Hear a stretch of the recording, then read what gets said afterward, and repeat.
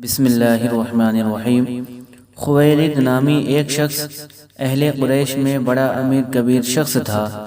اس کی ایک لڑکی تھی جس کا نام ختیجہ تھا۔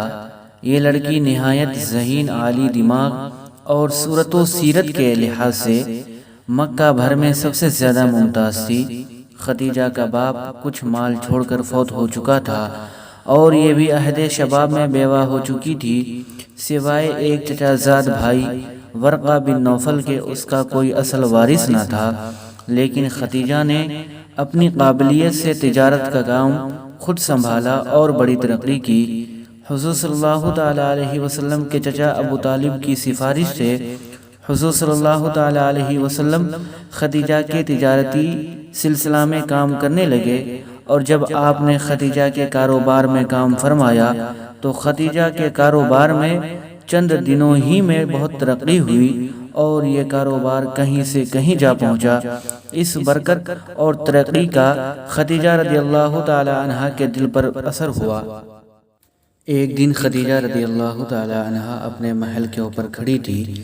دھوپ کا وقت تھا اور حضور صلی اللہ تعالی علیہ وسلم تشریف لا رہے تھے، تو ختیجہ نے دیکھا کہ حضور صلی اللہ تعالی علیہ وسلم کے سر پر بادل کا سایہ ہے، اور جیسے جیسے حضور صلی اللہ تعالی علیہ وسلم آگے بڑھتے ہیں اور وہ بادل کا ٹکڑا بھی حضور صلی اللہ تعالی علیہ وسلم کے سر پر ساتھ ساتھ بڑھ رہا ہے۔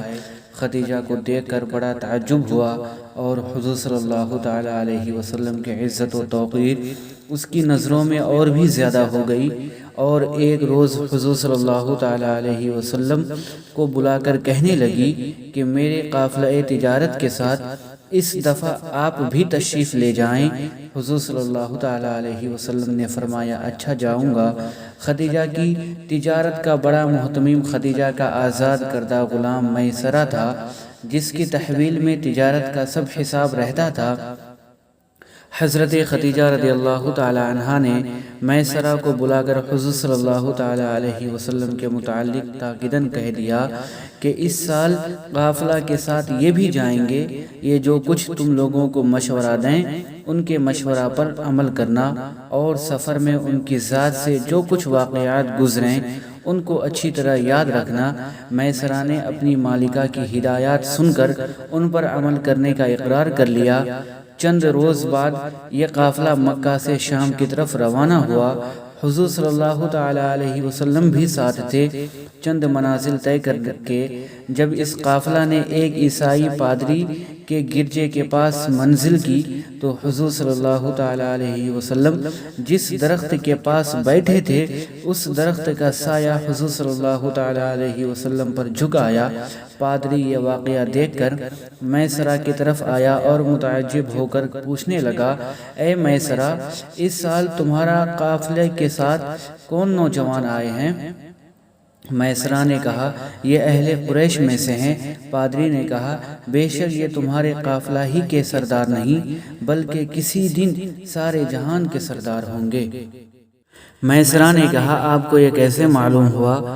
پادری نے کہا ان کی آنکھوں میں سرخی معلوم ہوتی ہے اور سوائے نبی کے اس درخت کے نیچے اور کوئی نہیں بیٹھا۔ مجھے تو یہ نبی آخر الزماں معلوم ہوتے ہیں، کاش میں اس وقت تک زندہ رہتا جبکہ یہ مبعوث ہوں گے۔ اس تمنا کے بعد پادری نے میسرہ کو تاکید کر دی کہ ان سے کسی وقت جدا نہ ہونا، سچے ارادے اور نیک نیتی سے ان کے ساتھ رہنا، کیونکہ محمد صلی اللہ تعالی علیہ وسلم وہ ہیں جنہیں اللہ تعالی شرف نبوت سے سرفراز فرمائے گا۔ علاوہ اس واقعہ کے اور بھی کئی ایسے ہی واقعات راستے میں گزرے۔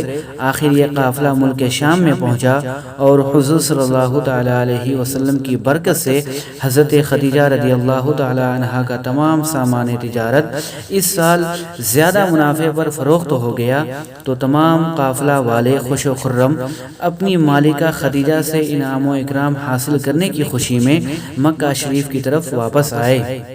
ان بابرکت واقعات سے سب قافلہ والوں کے دلوں میں حضور صلی اللہ تعالی علیہ وسلم کی پہلے سے بھی زیادہ عقیدت پیدا ہو گئی تھی۔ میسرہ اپنی مالکہ کی ہدایت کے مطابق نہایت ادب سے آپ کی ایک ایک ادائے مبارک اور پیش آمدہ واقعات پر غور کرتا ہوا ساتھ ساتھ آ رہا تھا۔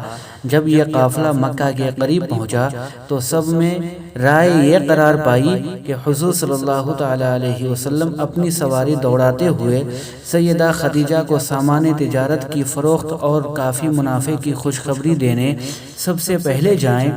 چنانچہ اس تجویز کے مطابق حضور صلی اللہ تعالی علیہ وسلم اپنی سواری دوڑاتے ہوئے جس وقت خدیجہ کے محل کی طرف تشریف لا رہے تھے، اتفاقاً اس وقت خدیجہ بھی اپنے محل کی چھت پر کھڑی تھیں، جنہیں اس سوار والا تبار کی عجیب شان نظر آئی۔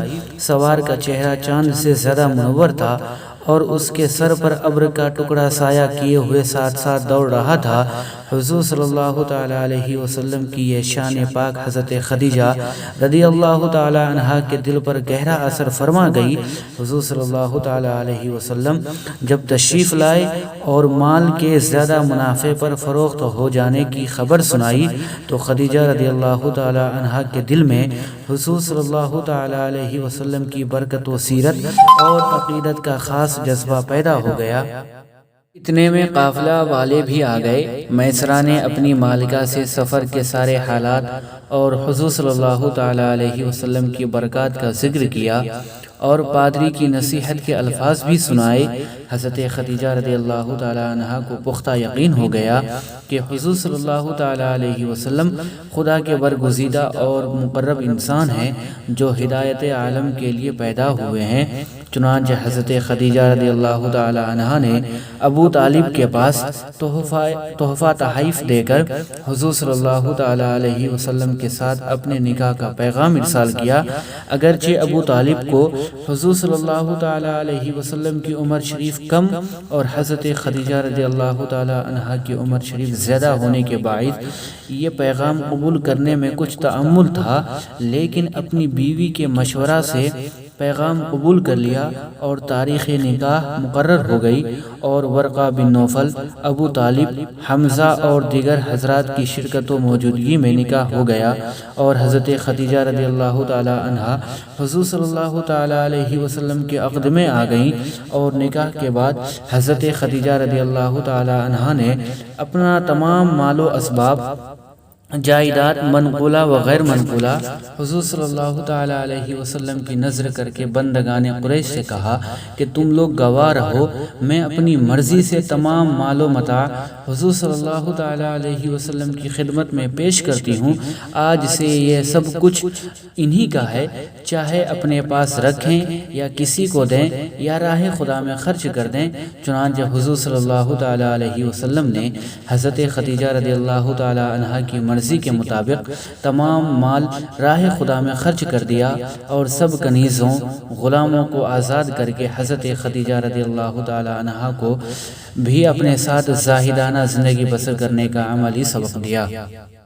ناظرین، ام المؤمنین حضرت خدیجہ رضی اللہ تعالی عنہا شرافت و صداقت، سیرت و صورت اور خوبی قسمت میں بہت ممتاز درجہ پر فائز تھیں، اور سب سے پہلے یہ شرف آپ کو حاصل ہوا کہ سرور کونین محبوب کبریا حضور احمد مجتبی محمد مصطفیٰ صلی اللہ تعالی علیہ وسلم کے نکاح میں آئیں، اور آپ بڑی فیاض، دریا دل اور سخی تھیں کہ اپنا سارا مال حضور صلی اللہ تعالی علیہ وسلم کے قدموں میں نچھاور کر دیا۔